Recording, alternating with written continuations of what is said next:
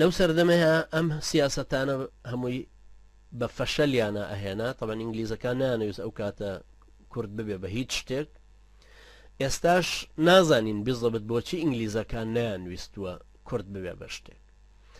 زۆر لەو کەسانی کە لەسەر کوردیان نووسیوە کورد بوو بن یان غەیری کورد، هەر کەسێکیان دێتەوە سەر ئەوەی کە بۆچی کورد نەبووە بە شت نەبووە بە دەوڵەت، هەر یەکە ئەسوابەکانی جێڕاندۆتەوە بۆ سەبەبێک کە خۆی پێی مقتەنیع بوو. بەڵام هەتا ئێستا کەسێک ناتوانێت بڵێ دەقیقەن لەبەر خاتری ئەم هۆکارەیە کە کورد نەبوو بە دەوڵەت، چونکە ناتوانانی بڵێ لەبەر ئیسلامە لەبەر عەلمانیەتە، ناتوانانی بڵێ فقط لەبەر تاریخێتی یا لەبەر جوغرافیەتی، ناتوانانی بڵێ لەبەر سەلاحەدینی ئەیوبیە کە لە ناو میلەتەکە بوو، ناتوانانی بڵێ لەبەر پابەندبوونی کوردە بە دینەکەوە، ناشتوانی بڵێ لەبەرەوەی سەرانی کورد سیاسی نەبوون. سەرانی کورد ئەو کاتە وەزیریان تیا بوو، سەفیریان تیا بوو، هەروەکوتم چاوکراوەتر بوون لە عەرەبەکان تەنها یەک کەسیان تیا هەڵکەوت بووی شەوکەت مەحموودە کە بوو بە سەرکردەی ئینقلابیەکانی نامی کەمال لە 1970. بەڵام ئەو کاتە کورد و سەفیری هەبوو، بە دەرخانەکان هەموو ئەترافی سوڵتانیان گرتە بوو، دیوانی ڕێئاسە هەمووی بەدەستی ئەوان بوو، زۆر لە کاروبارەکان بەدەستی ئەوان بووی.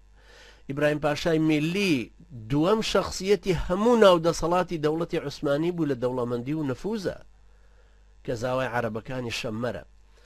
لەبەرەوە ناتوانین بڵین یەک سەبەبێک هەیە بۆ ئەوە، ئەبێ حتا ئەوانەی کە ئینگلیزەکان لە راپۆرتی ئینگلیزەکانیشا دیار نییە کە بۆچی کورد نەبوو بە دەوڵەت، بۆ نەکرا بە دەوڵەت، چونکە زۆر هۆ ئەگەڕێتەوە بۆ دیار نەبوونی پلانێکی ڕۆشنی ئینگلیزەکان دەربارەی کورد. هەروکو چۆن ئێستا بە ئەمریکایەکان ئەڵێن پلانێکی ڕۆشنیان دەربارەی کورد نییە، بەڵام من لەو باوەڕیان هەیەە ئەمریکاییەکان، بەڵام خۆی لێ جێلەکەن بە جۆرە کە کورد پێڵە جێل کەزابی، یعنی جێل نییە بەس بە کەزابانە درۆزنانە خۆی جێلەکە لێی.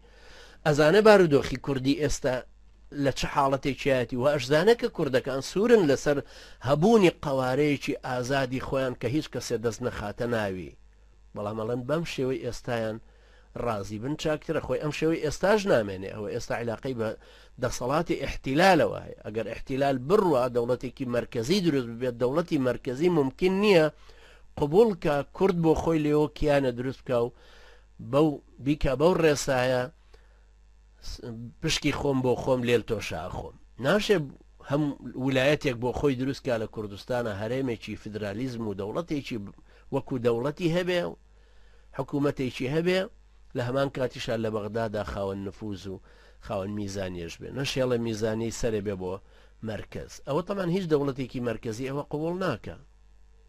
بەڵام ئێستا احتیلال لە مشتەکانی گرتو کە عەرەبەکانیش ئەو نفوز و دەسەڵاتیان نییە کە بتوانن بەغدا کۆنتڕۆڵکەن، چ شیعە بن چ سونی، هەتاکو بڵێن بپەڕژێنەوە سەر کوردستان.